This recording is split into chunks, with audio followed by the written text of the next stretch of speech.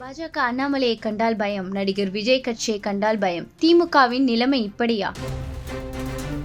தமிழகத்தில் ஆளும் திமுகவின் இறுதி அத்தியாயங்கள் இப்படியாகவா இருக்க வேண்டும்? எப்படியாக இருந்த திமுக இப்படியாக அஞ்சி நடுங்குகிறதே. திமுக என்றால் என்ன? பெரியார் ஈவேராவிடமிருந்து பிரிந்து கொள்கை கோட்பாடு என முழக்கமிட்டு தமிழக மாணவர்கள் தன்னெழுச்சியாக நடத்திய இந்தி திணிப்பு எதிர்ப்பு போராட்டத்தை திருடி அதிகாரத்தை கைப்பற்றிய கட்சிதான் திமுக. இந்தி எதிர்ப்பு போராட்டத்தை ஆட்சிக்கு வந்த திமுகவால் இன்றைக்கு வரை 1965 ஆண்டு வரை இந்தி எதிர்ப்பு போரில் காங்கிரஸ் ஆட்சியால் சுட்டுக் கொல்லப்பட்ட பல நூறு பேர் வரலாறு கூட பதிவு செய்யப்படாமல் தானே இருக்கிறது. அப்படியான திமுக அண்ணாதுரையின் மறைவுக்கு பின்னர் அரசியல் சூழ்ச்சி செய்த கலைஞர் கைக்கு போனது. கலைஞர் சூழ்ச்சியாளர் என்பதை அத்தனை திமுகவின் மூத்த முன்னோடிகள் அனைவரும் அறிவர். கருணாநிதி முதுகில் குத்துவதில் வல்லவர் என்பதை எம்ஜிஆருக்கு செய்த துரோகம் நாடறிய வைத்தது. அண்ணாதுரை காலத்து திமுக தலைவர்கள் எவருமே கருணாநிதி காலத்து திமுகவில் இல்லை. அத்தனை பேரையும் ஓட விரட்டி அடித்துவிட்டு தனக்கு கூஜா தூக்குகிற கும்பலை வைத்துக் கொண்டுதான் தமிழகத்தில் காலந்தள்ளி வந்தார் கருணாநிதி.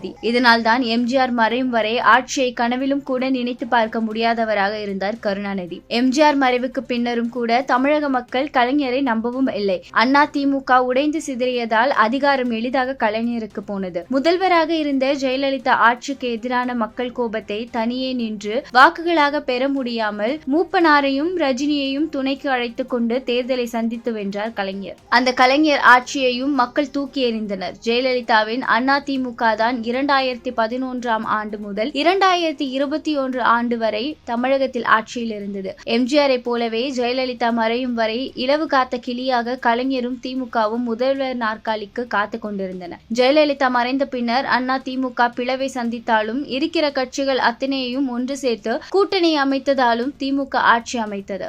ஸ்டாலின் முதல்வராகிவிட்டார். திமுகவுக்கு என்ன வாக்கு இருக்கிறது என்பது யாருக்கு தெரியும்? ஏனென்றால் கூட்டணி கட்சிகளின் தயவில்தான் கலைஞரும் இப்போது அவரது தலைமுறையும் ஆட்சியில் ஓட்டிக் கொண்டிருக்கின்றனர். கூட்டணி கலைந்து போனால் திமுக என்னவாகும்? அதனால்தான் கூட்டணி கட்சிகளின் காலிலேயே விழுந்து கிடக்கிறது திமுக. இப்போது தமிழகத்தில் குறிப்பாக அண்ணாமலையின் வருகைக்கு பின்னர் பாஜக ஆழக்கால் பதித்துவிட்டது. பாஜகவை தவிர்த்து இனி தமிழக அரசியலும் இல்லை. பாஜகவை தவிர்த்து மத்தியில் எந்த ஆட்சியும் இல்லை. இதனை தெளிவாக புரிந்து கொண்ட திமுக பாஜகவை கண்டு அண்ணாமலையை கண்டு நடுங்குகிறது என்பது கலைஞர் நாணய வெளியீட்டு விழாவில் உலகமே பார்த்தது. அண்ணாமலையை கண்டு நடுங்கும் திமுக இப்போது நடிகர் விஜயை கண்டு கதறுகிறது. அதனால்தான் நடிகர் விஜய் கட்சி கொடி ஏற்றிய நிகழ்ச்சியை திசை திருப்ப திட்டமிட்டே பொய்யான பிரேக்கிங் செய்திகளை பல டிவி ஒளிபரப்ப அத்தனை டிவி மீடியாக்களும் வால் பிடித்து பரப்பிவிட்டன. ஏனெனில் திமுகவுக்கு தெரியும் தமது பலம் எது என்பது. தமிழ்நாட்டில் இனி பாஜக, விஜய், சீமான் இவர்களது காற்று வேகமாக அடிக்கும் என்பதும் புரியும். அதனால்தான் முதலில் பாஜக பக்கம் சாய்ந்து கொண்டிருக்கிறது. அதனால்தான்